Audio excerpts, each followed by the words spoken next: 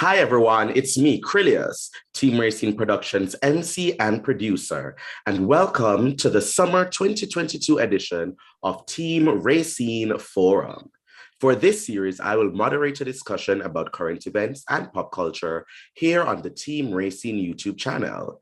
Today, I am joined by the goddess of DC herself, the iconic and legendary Rayceen Pendarvis. Welcome, Rayceen. Greetings and salutations to all. Yes, it is so great to be here with you. Happy summer to everyone. And we're also joined by some amazing panelists today. So I'll welcome them all on right now. And then I will have each of them briefly introduce themselves to our audience. So please join us, other panelists. Welcome all, welcome all. And while they're joining us, I'll just have each individual do a brief introduction of themselves. So I'll start with you, right next to me on my screen, Faith Gibson Hubbard. Hi, good morning or good afternoon, I guess, depending on where you are. My name is Faith Gibson Hubbard. I am in the District of Columbia. And I guess right now I'm a mom and a wife and enjoying vacation, but I was most recently running for the Council of the District of Columbia for the Ward 5 seat and had a great time doing that, but I am glad it is over. Perfect. All right, Erin Palmer.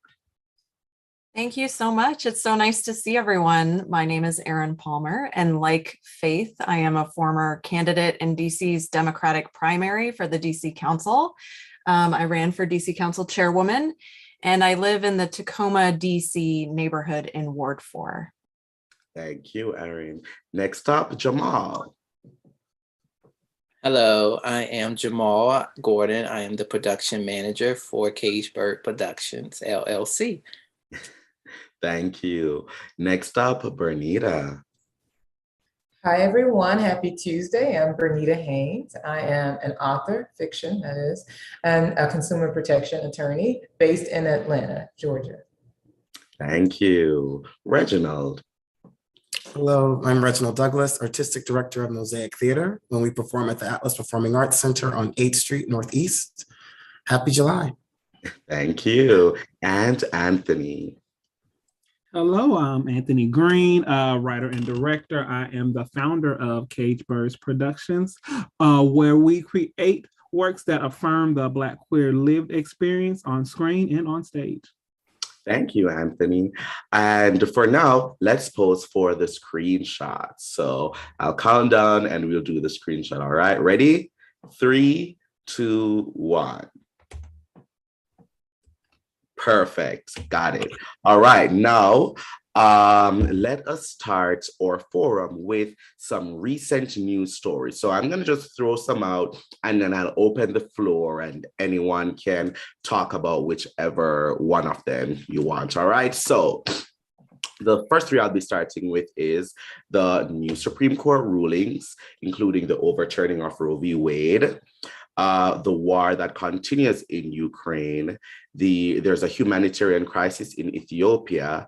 Let's talk about any one of those first. And I'll actually start it off with the new Supreme Court rulings. As this session has closed, there has been so many new rulings. And of course, some of the bigger ones include the overturning of Roe v. Wade. I'd like to hear everyone's thoughts on what this means for the country and, general thoughts on the current makeup of the Supreme Court and what else we can expect from them. Anyone want to go?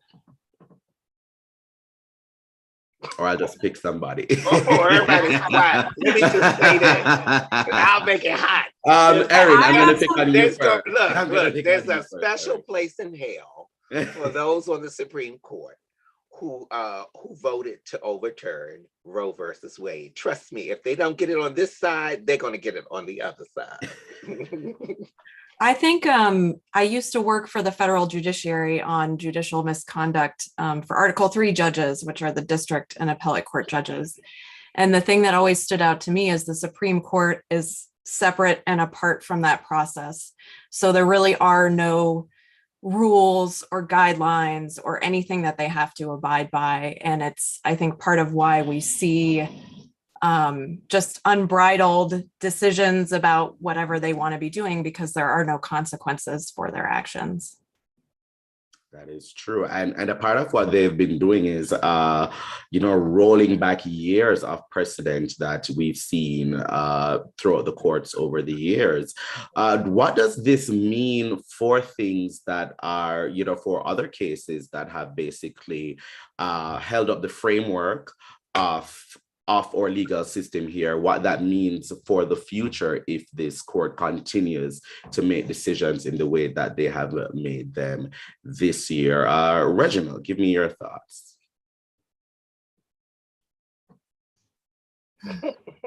To me, I think it's a slippery slope, as we all would agree, but I think it also is a call to action for all of us, to really lean into our artivist and to allow our work to be activism, in all of our different fields, whether it's politics, creativity, writing, legal work. We have to remain vigilant. And so I think moments like the events of the summer are a reckoning, but also a call for response. So get ready to fight. I'd add as well that this is a moment that really will prove who is really on our side in terms of the political parties that represent us.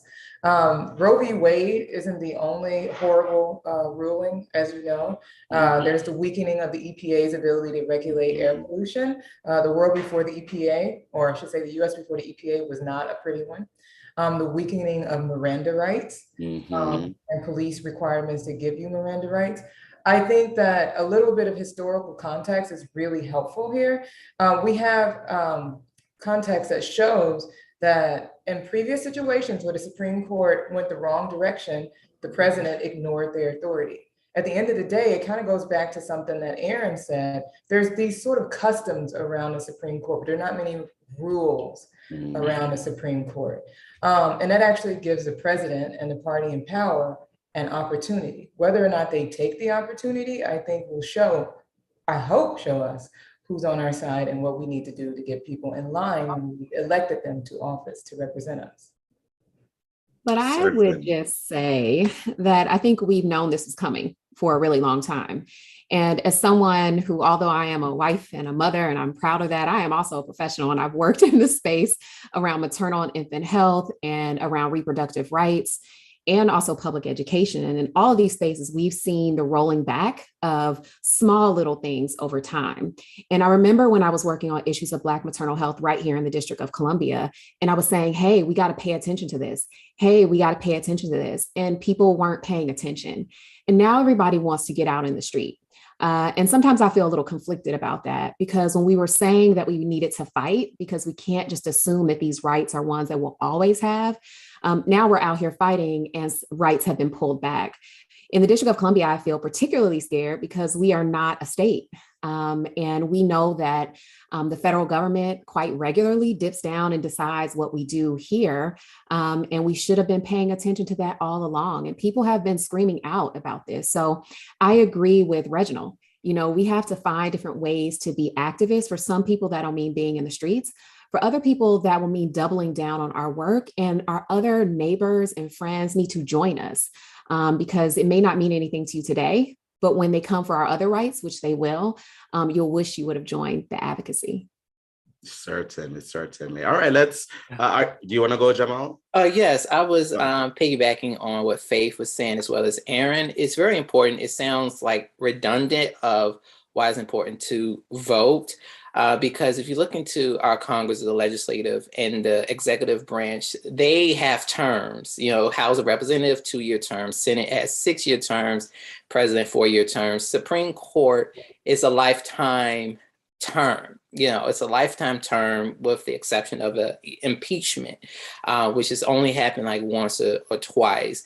So when you look at who you're voting for, you also have to look at what that means for the judiciary branch, because as Aaron said, there aren't many rules, because for the Supreme Court, there's 2 rules. You have to be appointed by the president and approved by the Senate. That's pretty much it. There's no law background, there's no age background, term limit, or anything like that. So it has to go to, I sound redundant with it, but the voting of who's going to pick your federal judges that are going to be in charge of cases that really represent you and not them.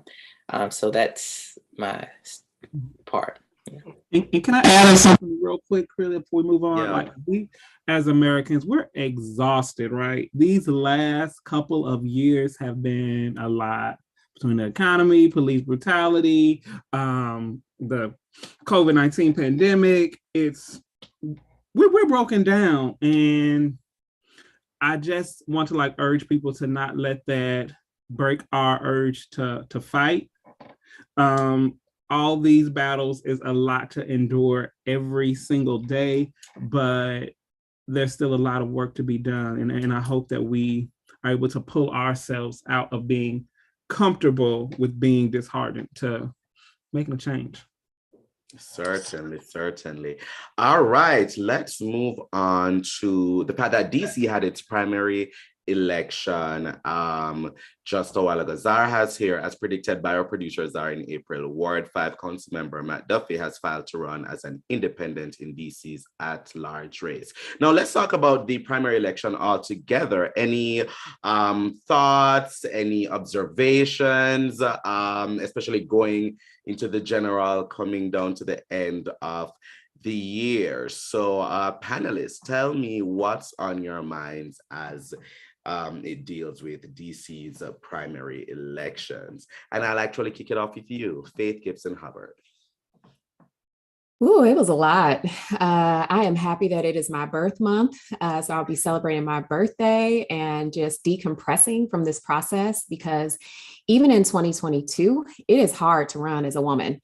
And I have to say that Aaron and I have become good friends and allies, because it was a tough process. It really was. But I'm thankful for the journey, and about how much more in love I fell with my community, and know that even more so that I continue to want to make Ward 5 my forever home. But I think that we also have to just make some decisions in a city where we're overwhelmingly Democrat. What will that mean for how people can be represented and represented well?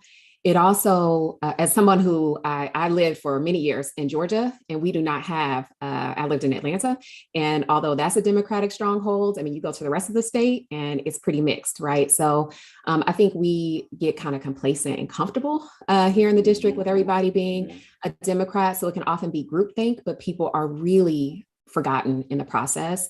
It also made me realize we need to work harder on encouraging people to vote. I live in Ward 5, where there are over 55,000 registered Democrats. And in our election, it came down to just about 16,000 votes. And that was high compared to years past. And I think that's sad. We have a lot of people, I used to tell them when I would knock on their door, don't just vote for me, vote for yourself. You know, you have to vote because you can't say you weren't a part of the process if you don't show up. But sadly, many Black folks are not voting. We are not voting, but yet we get really frustrated about gentrification. There are lots of brown folks who don't vote. And there are lots of reasons for that. We have a lot of our neighbors who deserve the right to vote, even though they're not legal citizens, but they've been here and they've been contributing to our community. So we need to make sure that they have voting rights access, but we need to vote for ourselves. And I think that's what hurt my heart the most about this most recent cycle. Certainly. And I'd love if anyone would want to touch on, different ways of voting and different voting methods and different ways of how it's counted and how that could change in DC, yes or no, and what that could mean for elections moving forward. So I'll go to you next, Erin, since. Thank you. And I want to give a huge shout out to Faith, because we were in this experience together. And I think we dealt with some of the same challenges, and it was nice to have a friend in the process. I would echo that. I think there's a lot of civic education and engagement that we can continue to do. So the one time the Washington Post interviewed me was about a week out from the election. And the article they put out was how nobody knows what the DC Council chair position is. So that was the one substantive piece that they put out. And it was about how nobody understands what the council chair does. And that to me is a reflection of a big failure of how we engage in terms of what the council is doing and what these positions are and just how powerful they are, because the council chair likes to describe himself as the second or third most powerful person in the city. But here we are with a bunch of people saying, I don't know who this is or what they do. I think fair elections is a game changer. It's what allowed me to run. It makes a huge difference. The flip side of that is that we still need to keep our eye on corporate and outside money that's coming into elections. And we know that there are certain groups that poured in millions of dollars this election cycle. And there was also very little press discussion about what that money intended to do. So we have some sense that money came in, but why? What are people after? What is the purpose behind that money? And then in terms of voting methods, I think vote by mail is great and here to stay. I love the ballot drop boxes. I think they are very convenient and lovely. But we can always improve. As Faith noted, the turnout is just it's not great. It was much better this time than it has been in the past, but we're still leaving a lot of people behind. And I think that can be a constant thing that we're striving toward, is engaging more people. Certainly, thank you. Faith, I saw that you asked to make another comment. Yeah, just one more comment, because I heard what Aaron noted about corporate money, and I think that's definitely something that we have to continue to pay attention to. But there are a lot of progressive groups too that are showing up in these elections and professing to be representative of our community, and they aren't always. So I think we need to pay attention to corporate dollars and outside money, but we also have to pay attention to inside groups who have made themselves large in this space. And I would say I don't feel represented by those groups, nor do many other people within our community. So I think there's a lot of different ways for elections to be influenced. And again, we have to get people to vote who have been our foundation of our community. And in the District of Columbia, we used to be Chocolate City, right? And there are still some chocolate folks left in the mix, and they don't feel as connected to this process. I heard them loud and clear when they said, I don't want to vote anymore. Many people said that, even folks that we would expect will be doing that. And I think that's because they also feel out-influenced by new people who have come into the city and give a message that's not one of belonging to everyone. So I think we just have to pay attention to all those things at the same time and continue to find ways to connect people to our process and make them feel like they belong. Certainly, thank you. Thank you so much. I'm on fire when y'all say that, because, if someone who is a native Washingtonian who has seen what has happened to the city, gentrification is at my door every day. I've seen how it has affected my community, decimated the city, decimated cities as a whole. And just coming out of COVID, folks are so just trying to survive. People are in survival mode. People are dealing with mental health issues. People just trying to find out how they're going. I lost my job because my job closed down. The money's been cut off. People in survival mode. And I see and I listen and I hear when you try to tell people, please vote, please vote. It's so heartbreaking when I talk to people in so many cities and talk to people and hear about how many people are not voting in the just the general election. It blows my mind. But the people who on the other side are counting on that, are counting on folks not to show up. So I say you have so many ways of showing up. But you know what, for real, if they made Election Day a national holiday, it would take the pressures off folks trying to survive and trying to work and trying to do this. Because for some reason, even if you were early ballots, people be like, well, I don't trust it. Somebody gonna steal it. Somebody gonna set it up. It's gonna get lost. Folks always these theories that are so crazy to me. Well, they got a machine that's not gonna count it. Okay, all right. Well, show up and be there. Get up. I get up on election day, even though, thank God, I early vote now. But I would get up at 6 a.m. I would be there. I would be present, honey. 8 o'clock, I'm there, baby. I am there before I go to work. I would be there. But everybody, we have to get the fire and we have to reach people on the local levels and really appeal to them, their basic needs. If you put the wrong person in here, they're gonna cut off your benefit. You put the wrong person in here, you can't get this. You already trying to figure out how you gonna get this. And then we got to look at how we got to fix the systems in play. Folks are barely in the office. When you call to get assistance or some kind of, I need some help, or I need to go, where do I find this? Where do I find this? People in the office 2-3 days a week, and the ones on their phone are like, child, after 12 o'clock, you can forget it. You can really, and it's so much is broken in trying to find. I mean, I literally, if a government office opens at 8 o'clock, I get on the phone at 7:15 and let my phone ring till somebody picks up at 8 o'clock. And it's sad when you have to tell people, you have to be diligent, you have to show up, you have to fight, you have to be present. You know, I fight sometimes I show up on these hearings as a community activist, and I know what's going to happen. I know that they're going to vote in favor of these developers. And you have to say, people who are supposed to be in seat of power, some folks are just sitting there comfortable and not doing the work. And it breaks my heart as someone who's a community activist. I got to yell, scream, and I show up, but you got to show up, and you cannot be disheartened and say, I can't be there. I tell my people, look, you just got to show up, baby. If the hearing's at 9 and you know the games they're going to play, you know they're not going to call us up to 12. Child, put your computer on your phone up and do what you need to do. Work 2 phones or work on this or go back and forth and then show back up at 12, because that's what they do. We just can't give up. You know, I refuse to give up. I get a little tired. I get a little broken. I get a little wavy, but the fight ain't over. I got plenty of fight left, but you have to tell people, and we have to find ways of letting people know that when it happened to you, then you understand. But in the meantime, grab my hand, link hand in hand, and let's do the fight.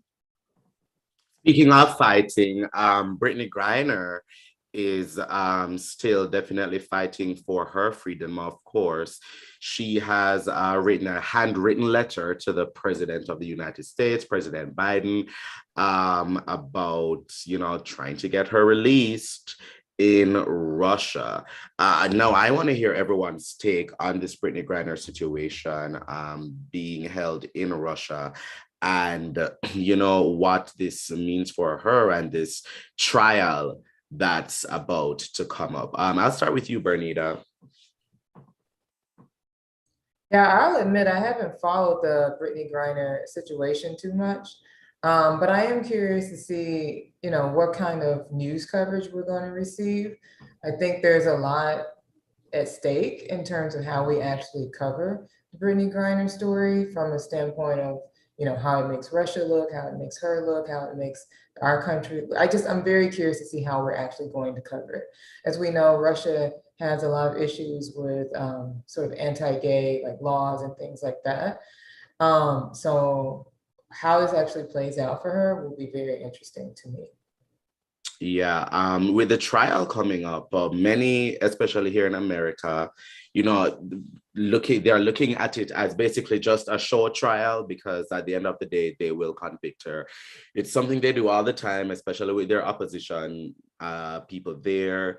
And for that, it has. But what do you think about the American response, especially from the government, from the president, from the news media, and how that plays into the fact that, Brittany Griner, she's Black, she's a woman, she's lesbian, all of these things play into, what is going on and what she's going through. Reginald, your thoughts?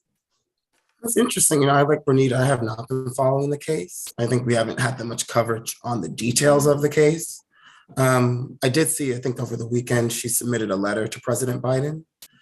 I think the complicating thing on top of all the things you said is also the drugs. So I'm very curious if and how the government responds. I'm not sure what the response will be. And I believe it was cannabis, was it not? Mm-hmm. Well, what they gonna do, they're gonna use that drug charge to fry her up in there. And that's they're gonna use the fact that they've already oppressed her as a woman, they've already oppressed her because she's a Black, they already oppressed her because she's a lesbian. And let's be clear, if she was none of those three, if she was a wealthy Caucasian woman, heterosexual, we wouldn't even be having this conversation. First of all, money would exchange, they would have went over there and got her and brought her back the same day. If her name would have been one of those, wealthy, if she would have been a DuPont or had holdings and big companies and corporations, they would have went and got her. And it's sad that we don't stop me, because it breaks my heart, but they're gonna use that drug charge to fry her. I heard an interview this weekend with her wife on CNN with Abby Phillips, and just some of the advice her wife was given around, don't let her be forgotten. And I think this is what happens so frequently in our news cycle.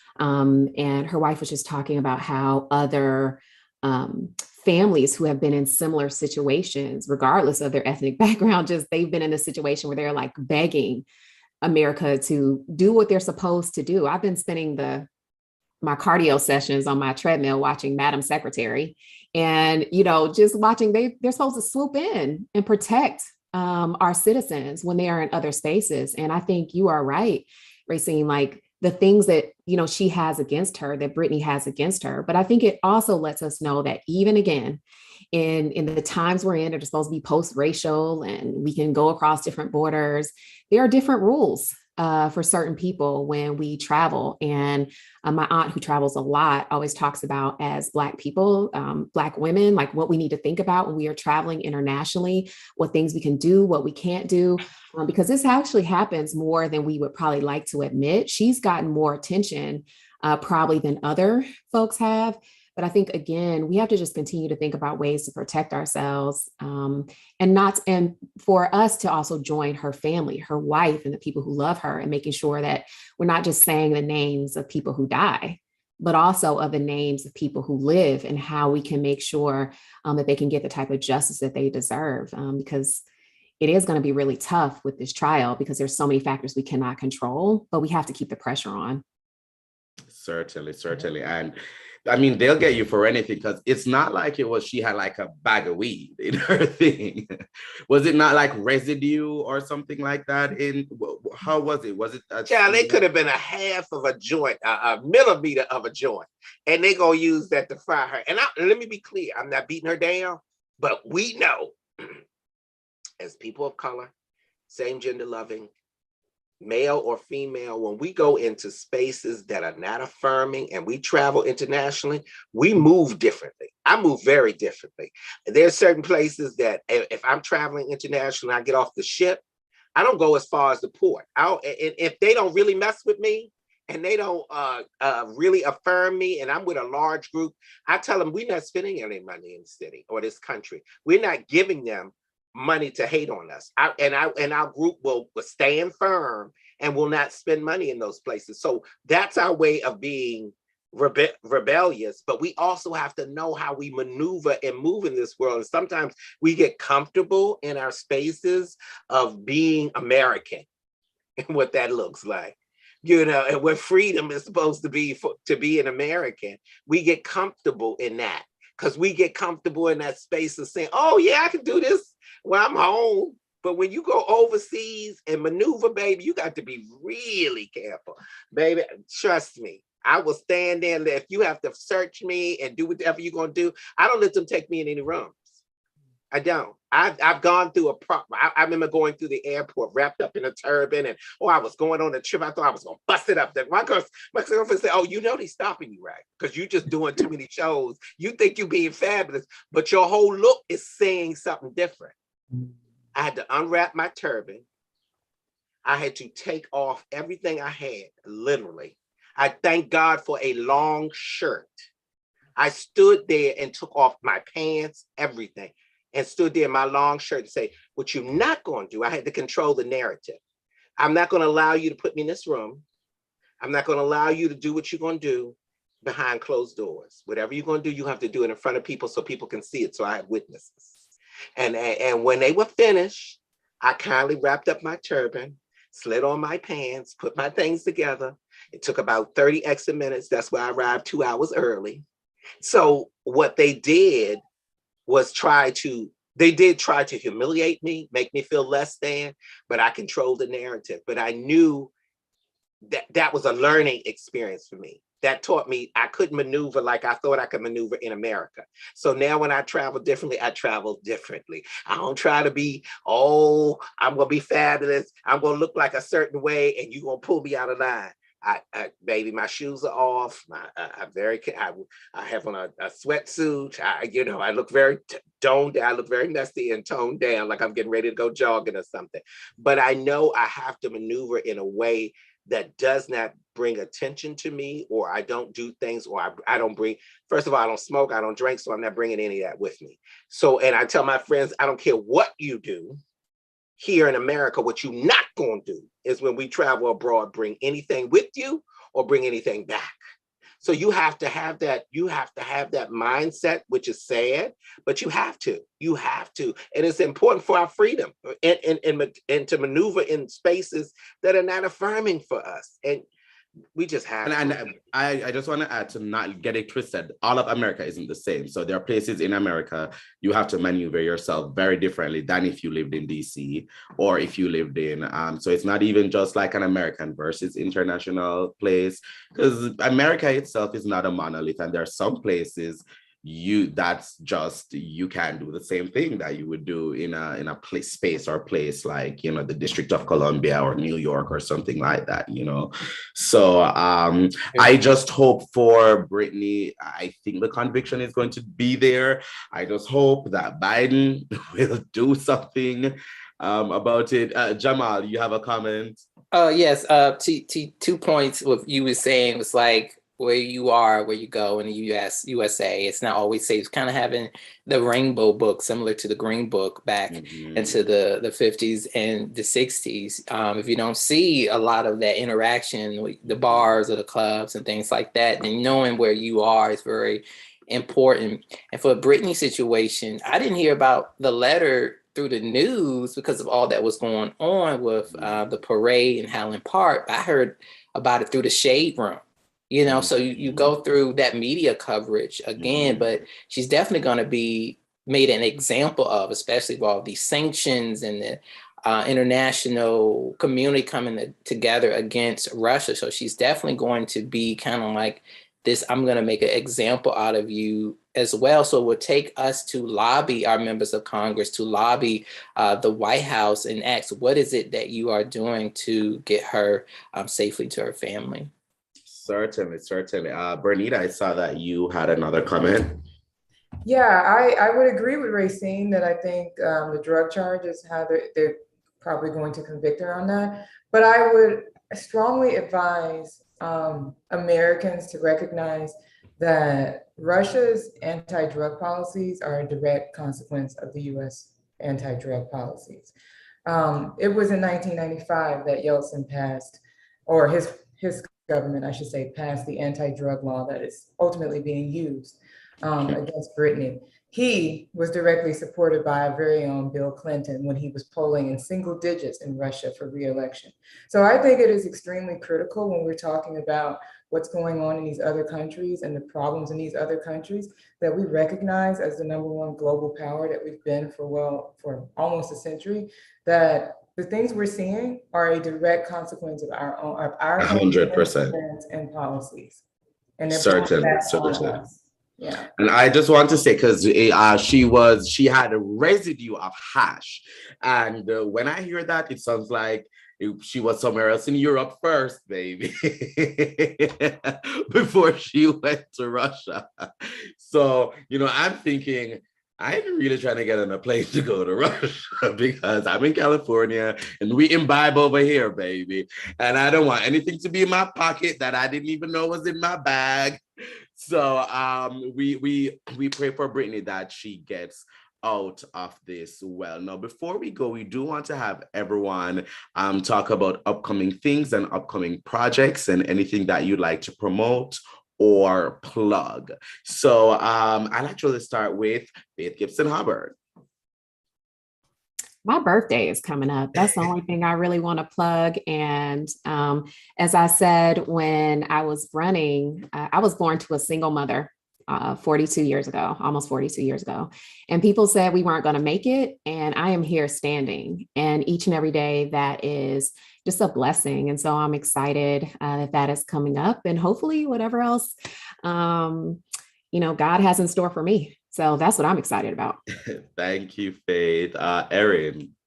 Thank you so much. It is also my birthday month, so hopefully I will track down Faith to celebrate together. I don't have specific plans other than that I'm very, very interested in talking to and helping people run for office. So if people are thinking about running for advisory neighborhood commissioner, especially if they're high schoolers or young people and want to learn more about it, and in any way I can be helpful, I offer that service. That's something I really want to do to pay it forward, and to get people involved and hopefully expand our voting population. Awesome. Bernita.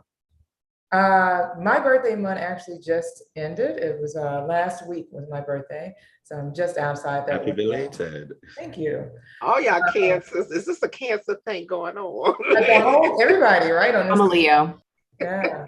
Oh, Leo. I'm married to one, so I know Leo. Nothing super important planned this month. Just still celebrating the release of my most recent novel, I in the Office, that I wrote with my partner, and just kind of like kicking back, having fun, trying to find new innovative ways to actually sort of put it out there and talk about it and so forth. But yeah, and just trying to enjoy the summer really as it lasts. Thank you. And how can people follow you and keep up with you? You can definitely follow me on Twitter at Bernita Wright. I have a lot of incendiary posts, I will warn folks. And you can also find me on Instagram at BL Haynes, and go to my website, BernitaHaynes.com. You'll find all kinds of other ways to follow me as well. Awesome. Bernita said, baby, I'm divisive on Twitter, so follow at your own risk. She said, I court controversy. I love it. I love it. Thank you, Bernita. Let's go with Jamal. Can I be joined by the amazing Anthony Green? Yes, you can. I was going to do that. So yeah. Thank you. So I am here on behalf of Cageburg Productions. I'll pass the mic over to Anthony, but we are here. We have When Boys Exhale coming back to DC and Acacia Arts Center, July 22nd through the 24th. The tickets are on sale at eventbrite.com. Keywords, When Boys Exhale. I'm going to pass the mic over to Anthony. Yes. Okay. So first, I want to give a shout out to DC Arts and Humanities, us helping us, and Capital Pride for being sponsors for this show. We did When Boys Exhale for the first time before the pandemic, and it was a success. We did it again in Atlanta a couple of months ago, and it's a male version of Waiting to Exhale. A friend of mine passed away from HIV. In our last conversation, he made me the promise to tell the story of his life, and his favorite film was Waiting to Exhale. So I'm telling his story through the lens of his favorite film with like quotes and Easter eggs and music, and it's very personal to me, and it's a very engaging and fun show, and I want to invite everybody to come out. Like Jamal said, tickets are on sale via Eventbrite. Refreshments and drinks will be served, and a good time had by all. Perfect. Awesome. Thank you so much, Anthony and Jamal. Reg, what about you? What's coming up and what can people look out for? Yes, so Mosaic Theater, we are currently producing the world premiere of Benjamin Benet's In His Hands. It is a interfaith, interracial, gay rom-com. So two men figuring out how to balance that tricky tightrope of faith and sexuality. So often we are told no. How do we learn to say yes to ourselves? And it runs through July 17th, but on Thursday, July 14th, we're having a special post-show conversation led by Rayceen. So use code Rayceen for a discount on mosaictheater.org. We would love to have you there for this really special play. Perfect. Awesome. And before I let everybody go, we're going to do one more screenshot and then I will sign us out. So ready? 3, 2, 1. Perfect. Thank you all so much for joining me today. We are so happy to have you all here with us. We are deep in the summer. And of course, we want to thank you all for joining us and being here with us today. Join us again for our next forum in the fall when we do our fall forum. For now, if you want to follow me, you can follow me at It's Krylios on Twitter and Instagram. You can also go to my link tree to keep up with everything that I'm doing, upcoming events, and more. You can find out more about Rayceen Pendarvis by going to Rayceen.com, and you can keep up with everything that the goddess of DC is doing. And of course, for all things Team Rayceen Productions, you can follow Team Rayceen at Team Rayceen on all forms of social media. Go to our YouTube channel at youtube.com/Team Rayceen and click around and check out our other interviews, forums, vlogs, and more. And while you're there, make sure you like, comment, and subscribe. But most of all, thank you for watching. Happy Bye, birthday, everyone. all. Happy Pride, everybody. Be rebellious.